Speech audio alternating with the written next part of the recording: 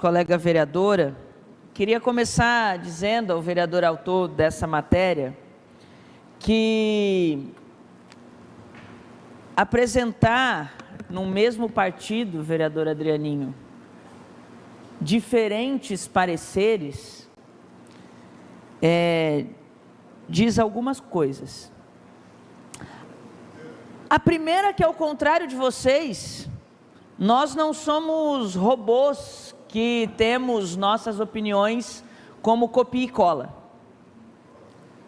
A segunda, menos ideológica e mais técnica, é porque eram pareceres em comissões diferentes, com finalidades diferentes. Uma na Comissão de Trabalho e Serviço Público de Mérito, e no meu caso específico, na CCJ, que avalia legalidade e constitucionalidade. Portanto, a base e o princípio dos pareceres são diferentes. Óbvio que vão ter argumentações diferentes. E sobre a constitucionalidade e a legalidade, eu acho que o vereador Camazão trouxe aqui uma série de elementos, e para além do caso citado por ele, de BH, se não me engano, de Minas, BH, julgado já inconstitucional, eu também queria trazer alguns julgamentos que eu relatei no meu parecer de vistas na CCJ.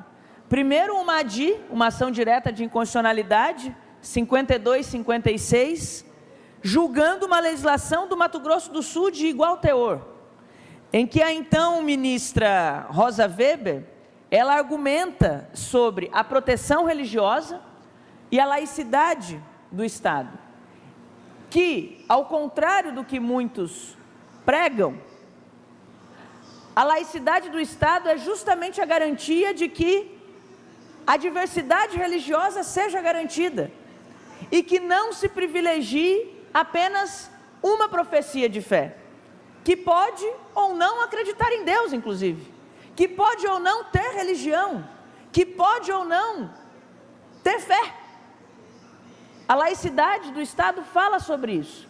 E legislações como essa que nós estamos discutindo aqui, como essa, objeto de ação direta de constitucionalidade do Mato Grosso do Sul, ações como a do Tribunal de Justiça da Paraíba, sobre uma legislação também semelhante de Campina Grande, falam justamente sobre esse privilegiar uma religião ou outra. Eu acho que nós poderíamos estar aqui, se fosse para chover no molhado, vereador Bruno, como o senhor trouxe, votando unanimemente, vereador Giliardi, uma legislação que reconhece textos religiosos como recursos paradidáticos, ainda que a partir do artigo 256, citado pelo vereador Bruno, isso já seja garantido a partir da liberdade de cátedra. Mas se fosse para chover do molhado, talvez a gente pudesse estar aqui falando sobre isso. Até porque, quando do parágrafo único do artigo 1º dessa legislação, que fala sobre a não obrigatoriedade, mas argumenta sobre o uso do texto bíblico para estudos de história, que podem auxiliar as discussões, de história, de artes, de filosofia, de cultura, de geografia, como foi citado aqui, vale dizer que para cada um desses textos religiosos, sejam eles em registro, como é a Bíblia, seja na oralidade, como é as lendas das religiões de matriz africana, seja do Alcorão, expressam diversamente valores, éticas e perspectivas históricas, geográficas, culturais, que seria extremamente rico que a gente discutisse. Mas não é isso que está sendo colocado.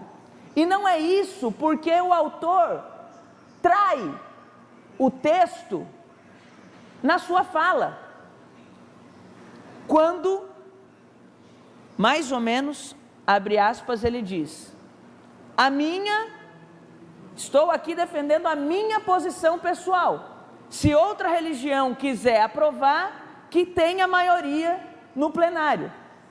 Portanto, há uma traição, tanto da defesa do Estado laico, porque o Estado laico é a despeito das maiorias, é um princípio constitucional e democrático, e mais, diz, portanto, que é uma imposição de posição pessoal. Não é sobre a diversidade religiosa, não é sobre a diversidade cultural, não é sobre a diversidade geográfica, não é sobre posições filosóficas.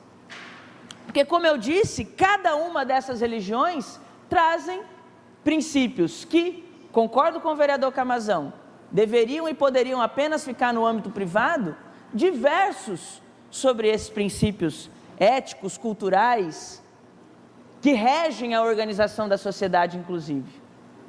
Agora, é por isso, inclusive, por essa manifestação da real intenção, que eu sou contrária a esse projeto.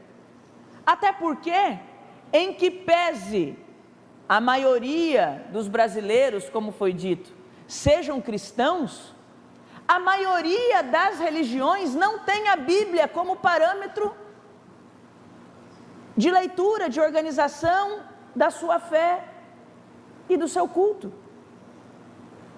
Nós podemos citar aqui os judeus, os islâmicos, os ateus, as religiões de matriz africana. A maioria das religiões não tem na Bíblia o seu fundamento. Portanto, de que maioria, de que diversidade se está falando? Eu concordo muito com o vereador Bruno quando ele diz, e base das argumentações desses projetos que já foram julgados como inconstitucionais, e eu falei isso no meu parecer na CCJ também, sobre como que se cria um ambiente em que essas atividades paradidáticas, não claramente colocada no projeto, como se cria esse ambiente para as crianças que se recusarem a estar nesses espaços. A chacota que por vezes vão sofrer, as acusações que por vezes vão sofrer, e isso não corresponde a uma escola e um ambiente democrático, vereador Mamá. Não corresponde. Porque uma coisa é a intenção escrita, outra coisa é a prática que se busca. E há um perigo exposto nesse projeto, porque pela intenção escrita, nem precisaríamos estar discutindo ele. Porque a utilização da Bíblia ou qualquer outro material como recurso paradidático não é vedada em lugar algum. O que se quer aqui, de novo, como foi expressado nas falas do autor, é defender o seu, sinalizar para os seus, pagar discursivamente os seus mais de 3.000 votos, como foi citado aqui, a despeito dos direitos de muitas crianças e famílias, como colocado pelo vereador Camazão, que têm posicionamentos religiosos diferentes ou não têm posicionamento religioso. Uma parte, vereador Camazão. Muito breve, vereadora. Acabei de levantar aqui no IBGE os dados de religião em Florianópolis. 1/3 dos moradores de Florianópolis não são cristãos. 32,34%. É um dado importante para o debate desse projeto. Obrigado. Muito obrigada. Obrigada, presidente.